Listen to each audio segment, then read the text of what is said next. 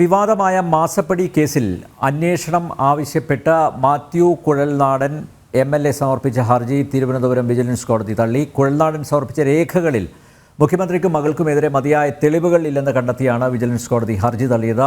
അതിനിടെ മുഖ്യമന്ത്രിയും കുടുംബവും രണ്ടാഴ്ചത്തെ വിദേശയാത്രയ്ക്ക് ഇന്ന് പുലർച്ചെ പുറപ്പെട്ടു.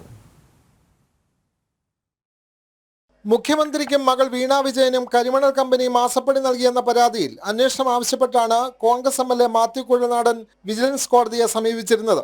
കേന്ദ്ര സർക്കാർ സ്വകാര്യ മൈനിംഗ് പാട്ടക്കരാർ റദ്ദാക്കണമെന്ന് നിർദ്ദേശിച്ച ഉത്തരവ്, KMRL നൽകിയ പാട്ടക്കരാർ റദ്ദാക്കണമെന്ന് മൈനിംഗ് ആൻഡ് ജിയോളജി ഡയറക്ടറുടെ ഉത്തരവ്, KMRL മുഖ്യമന്ത്രിക്ക് നൽകിയ അപേക്ഷ, ഭൂമിയിൽ ടൂറിസം പദ്ധതി നടപ്പിലാക്കാൻ അനുമതി നൽകണമെന്നാവശ്യപ്പെട്ട് കമ്പനി നൽകിയ അപേക്ഷ, സ്വകാര്യ കമ്പനിക്ക് നൽകിയ പാട്ടക്കരാറുകൾ റദ്ദാക്കാൻ വ്യവസായ വകുപ്പ് പ്രിൻസിപ്പൽ സെക്രട്ടറിക്ക് മൈനിംഗ് ജിയോളജി ഡയറക്ടർ നൽകിയ കത്ത് എന്നീ രേഖകളാണ് കുഴൽനാടൻ കോടതിയിൽ കഴിഞ്ഞ ദിവസം നൽകിയത്.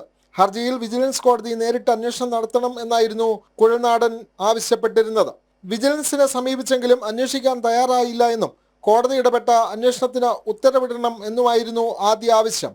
തെളിവുകൾ കൈമാറാമെന്നും കോടതി നേരിട്ട് കേസ് അന്വേഷിക്കണമെന്നും ആവശ്യപ്പെട്ടിരുന്നു. കോടതി വേണോ വിജിലൻസ് വേണോ എന്ന് ഹർജിക്കാരൻ ആദ്യം തീരുമാനിക്കട്ടെ എന്ന് കോടതി നിർദ്ദേശിച്ചു. കോടതി മതിയെന്ന് മാത്യുവിന്റെ അഭിഭാഷകൻ പിന്നീട് അറിയിക്കുകയും ചെയ്തു.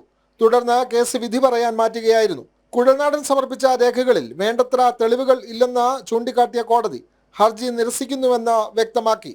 എന്നാൽ ഈ കേസിൽ ED, SFIO തുടങ്ങിയ കേന്ദ്ര ഏജൻസികളുടെ അന്വേഷണം തുടരുകയാണ്.